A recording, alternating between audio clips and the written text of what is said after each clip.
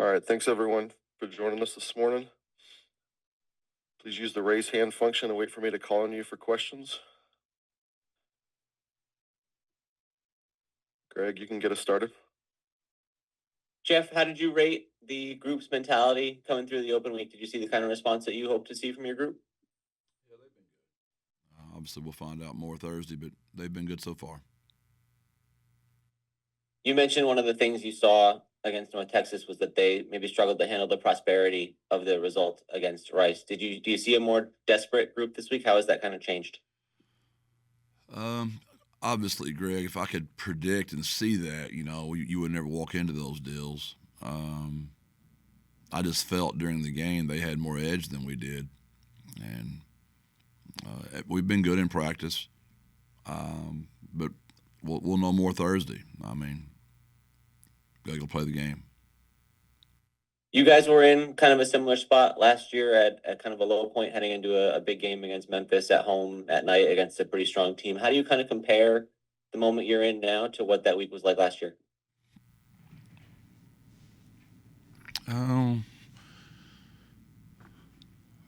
They're all different and they're similar too. But yeah, as far as the predicament we're in a very similar predicament.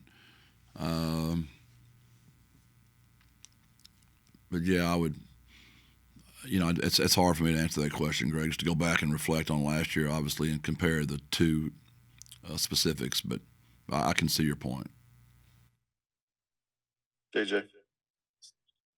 Jeff, what do you see on film out of Tulane? A typical, look like a John Summerall football team.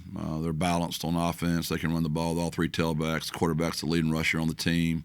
Quarterback's very dynamic. He has some unbelievable playmaking skills, ability to extend plays, throw, off balance, different arm angles.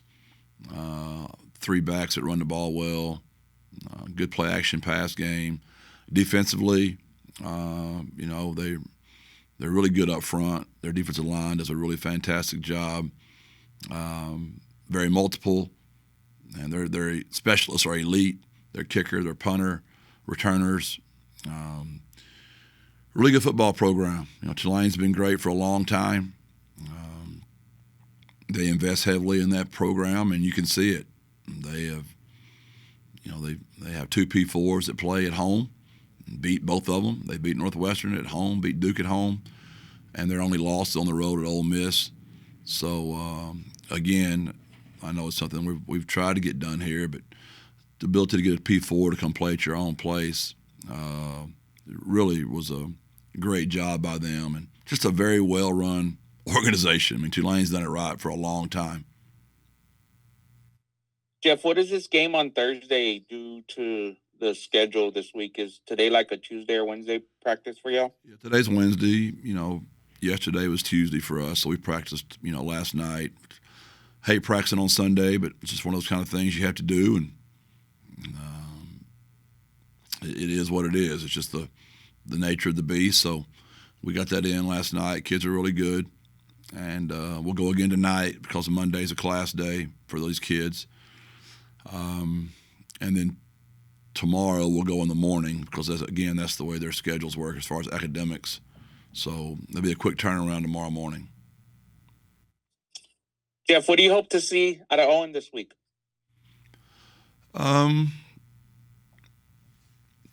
Just to continue to get better and him to win the game. That's what the quarterback's job is, to win the game. Greg. Jeff, along those lines, we talked earlier in the season about the downfield passing game, and you mentioned, getting reps with some new guys and the receiver health improving. Can you point to anything now that would indicate, what's missing to get that to connect at a higher level, or how you can get that going?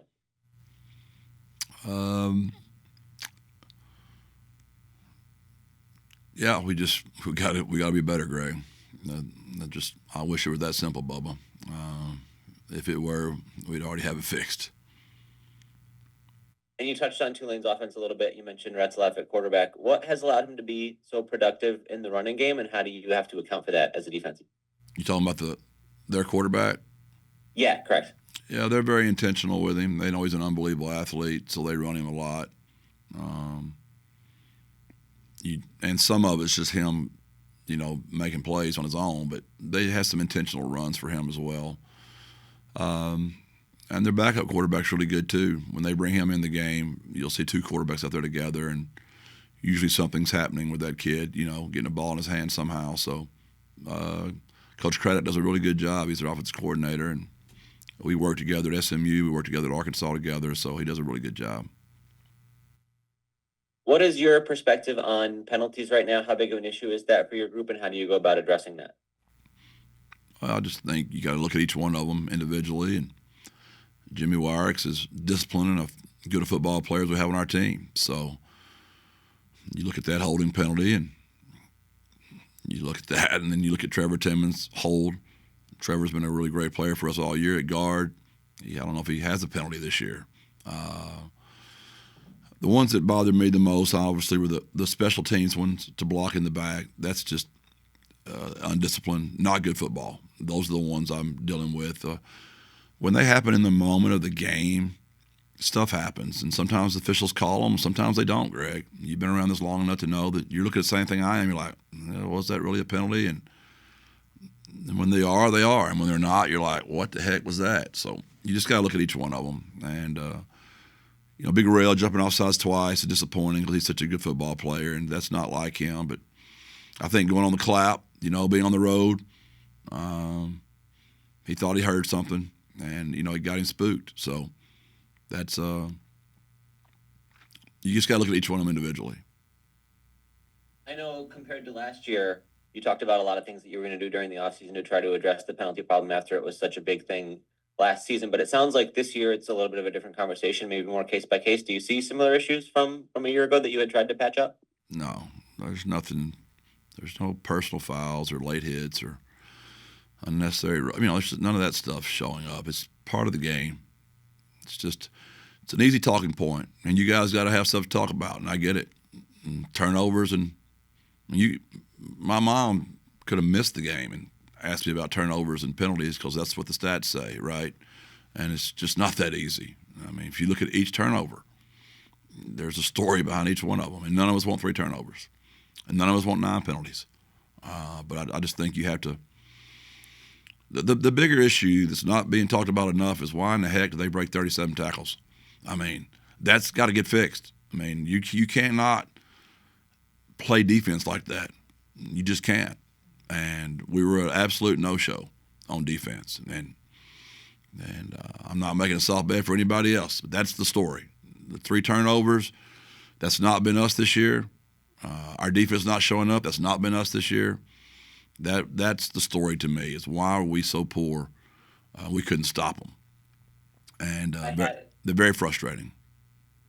I'm sorry, I was going to say I had the tackles next up on my list here. How do you address that during the open week, given that you obviously want to limit your physicality and not get the guys in trouble in that sense? Yeah, that's tough. A lot of tackling, on dummies and shields and just trying to duplicate the exact tackles they missed in the game. Just try to give your guys a better chance, a better plan too. I don't know that you can ask your safeties to be making some of those tackles in some of those positions. We're going to have a better plan. JJ. Jeff, historically the defense has been able to create some turnovers and been opportune in that facet of the game. What leads to that? It seems like that may be missing a little bit this season. I don't know if I've ever had a group be more intentional at practicing it. We're as good at practicing it, and I bet we've got more video of us trying to knock balls out. And, first you got to get to the quarterback, and we're not doing a very good job getting to the quarterback.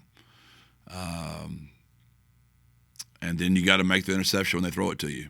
And we had an opportunity in the red zone the other night, and we didn't make the catch. So those are all things that are very frustrating when you're a coach, because it seems like when it gets going, it gets going. And when it's not, it just doesn't. So we got to find a way to get all that fixed, JJ.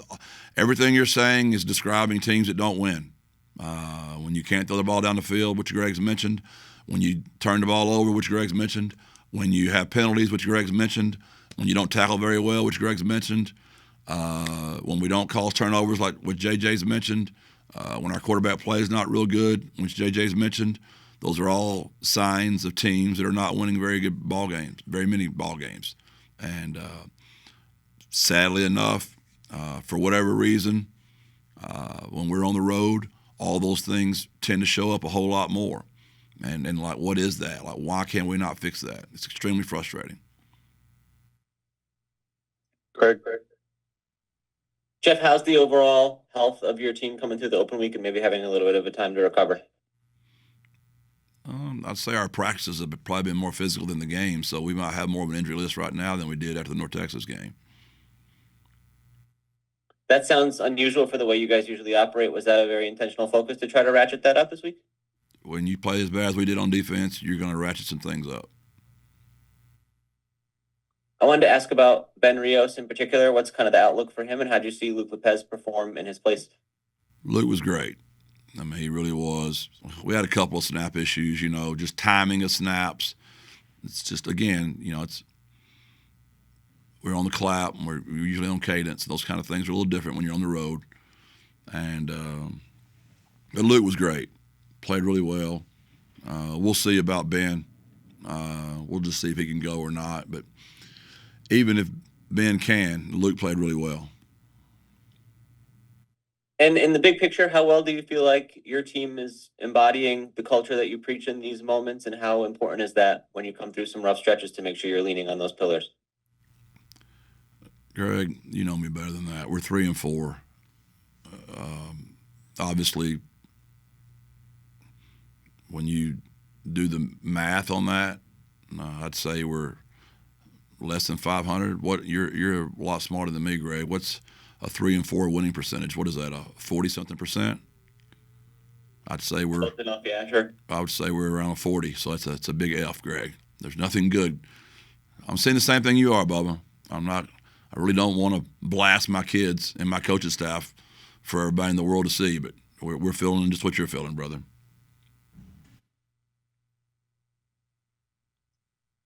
Anything else for Coach Traylor? All right, thanks, everyone. Thank y'all. God bless. Birds up.